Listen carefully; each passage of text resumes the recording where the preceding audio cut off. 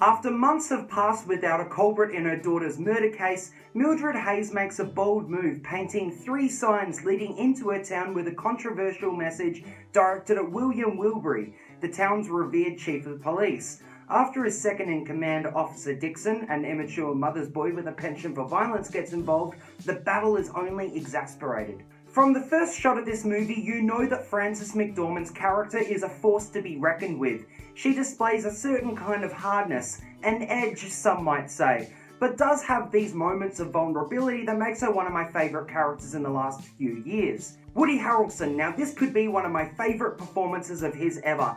He's soft and has a lot of humour, but plays it with a lot of pain. He has tons of great lines, and after 7 Psychopaths, which is one of my favourite black comedies, you can see that not only he works well with Martin McDonagh, but Martin McDonagh knows exactly how to write for Woody Harrelson's very specific type of delivery. What a year Caleb Landry has had after this, Get Out, American Made and the Florida Project. I'd say that his star is on the rise and I can't wait to see what he does next, in terms of the projects he picks, but also as he expands his range.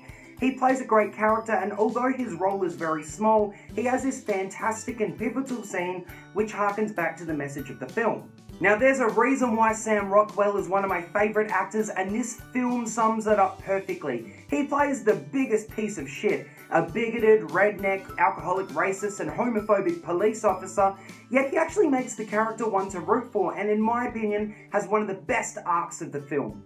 The score was nicely done and the editing was great, but by far and away the real hero of this movie is the screenplay. Now I've read this screenplay twice now, and it's one of the best that I've read in quite some time. Even on second reading, I still couldn't put it down.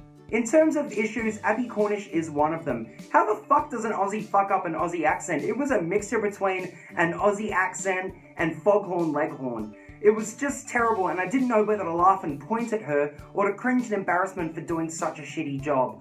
I also found her to be overacting, and I didn't believe her character would actually be with Woody Harrelson's character. I give it a shit out of 10.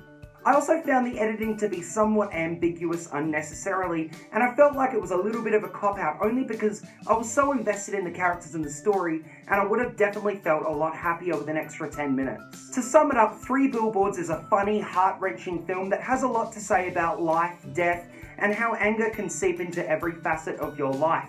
I personally took a lot from the movie and I recommend it to everyone and anyone, so go see it ASAP before it starts winning all of the awards. Thank you so much for checking out my review of 3 Billboards outside of Ebbing, Missouri. Definitely let me know what you think down below, and of course if you like this review and want to see more, please click here to see more. Thanks for watching.